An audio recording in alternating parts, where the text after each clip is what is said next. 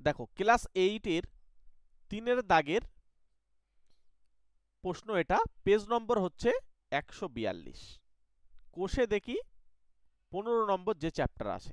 এখন এইখানে যেটা দেওয়া রয়েছে, এই উপরে y square plus y z plus z square by x minus y আর এক্স মাইনাস জেড দেওয়া রয়েছে। আমরা এটাকে চেঞ্জ করব, মনে রাখবে।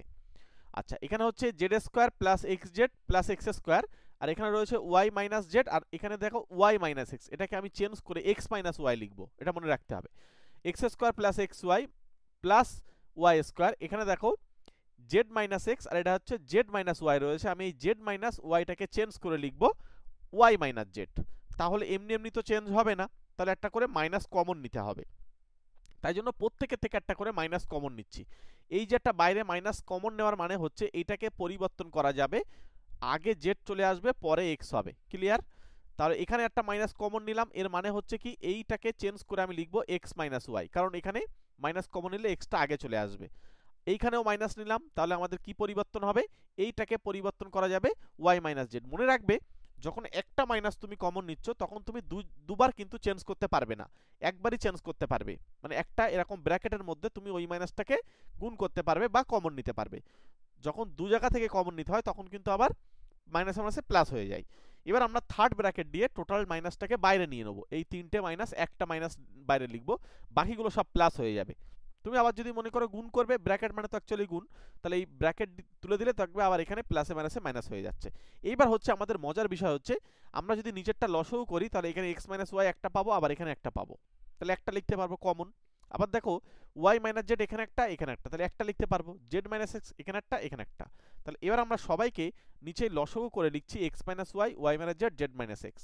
আর উপরে যেটা রয়েছে দেখো, এবারে এইখানে একটা টার্ম মিসিং আছে এই তিনটের মধ্যে, যে মিসিং আছে সে কিন্তু এই উপরের সঙ্গে গিয়ে গুণ হয়ে যায়। তাহলে উপরে কে রয়েছে, ওয়াই মাইনাস জেড, এর সঙ্গে কিন্তু আমরা গুণ হয়ে যাবে ওয়াই মাইনাস জেডের সঙ্গে y square plus y z plus z square. Clear? তারপরেরটা কে থাকছে, জেড মাইনাস এক্স, এর সঙ্গে গুণ হয়ে যাবে Z plus Z X plus X square. লাস্টেরটা এক্স মাইনাস ওয়াই মিসিং আছে, সেটা এই এটার সঙ্গে গুণ হয়ে যাবে এক্স মাইনাস ওয়াই। তাহলে এখানে হয়ে যাচ্ছে এক্স মাইনাস ওয়াই সঙ্গে X square plus x Y plus Y square. এবার দেখো আমরা একটা ফর্মুলা তোমাদেরকে বলবো। মনে করো A cube plus B cube, এই A cube plus B cube মানে হচ্ছে A plus B into X square minus, আচ্ছা এখানে A square minus A B plus B square. এটা একটা ফর্মুলা, যখন এখানে মাইনাস থাকে তখন এখানে মাইনাস হয় এখানে প্লাস হয়। ক্লিয়ার করো? এটা হচ্ছে এ কিউব প্লাস বি কিউব অথবা এ কিউব মাইনাস বি কিউবের ফর্মুলা, যখন এখানে মাইনাস থাকবে তখন এখানে মাইনাস থাকবে আর এখানে প্লাস হয়ে যাবে। তাই রয়েছে প্রত্যেকটা রূপ, দেখো একই রকম রূপে রয়েছে, মাইনাসের ফর্মুলা হয়ে যাচ্ছে। যদি মাইনাসের ফর্মুলা হয়ে যায় তাহলে আমরা কিন্তু প্রত্যেকটাকে কিউবের ফর্মুলায় লিখতে পারবো। ওকে, তাহলে প্রথমে মাইনাস যেভাবে আসে সেভাবে থাকলো, তাহলে এটা Y cube minus Z cube হয়ে যাবে প্রথম অংশটা, পরেরটা Z cube minus X cube, তারপরটা X cube minus Y cube হলো। এবার দেখো এই সবাই কিন্তু কেটে যাচ্ছে, সবাই প্লাস মাইনাস থাকার জন্য কেটে যাচ্ছে, মানে কি জিরো। মনে রাখবে কাটাকুটি হলে কিন্তু জিরো হয়, আর যখন ওপরে আর নিচে কাটাকুটি হয় তখন কিছু না থাকলে ওয়ান হয়। এটা কিন্তু খেয়াল রাখবে, অনেক সময় ওয়ান আর জিরোর মধ্যে গন্ডগোল হয়ে যেতে পারে। তাহলে উপরে জিরো নিচেই সামথিং কিছু একটা, যখন উপরে জিরো থাকছে নিচে কিছু একটা থাকছে, তার মানে জিরো হচ্ছে এদের আনসার। সুতরাং এই অঙ্কটার উত্তর হচ্ছে জিরো। ঠিক আছে? এটা হচ্ছে তোমাদের 13 দাগের অঙ্ক, 3-এর দাগের 13 দাগের অঙ্ক এটা হচ্ছে। ঠিক আছে?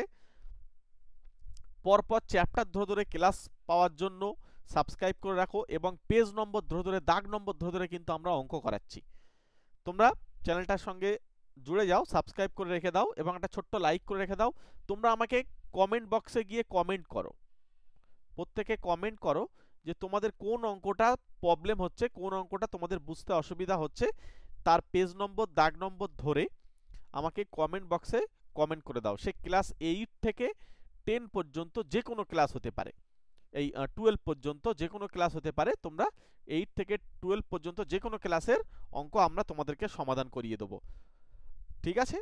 আমাকে কমেন্ট বক্সে গিয়ে জানাও, এবং ক্লাস কেমন লাগছে আমাকে কমেন্ট করে জানাবে। আমরা কি এইভাবে ক্লাস করব নাকি পুরো চ্যাপ্টারটা একটা বা দুটো ক্লাসে নিয়ে শেষ করব, প্রত্যেকে আমাকে কমেন্ট বক্সে জানিয়ে দাও।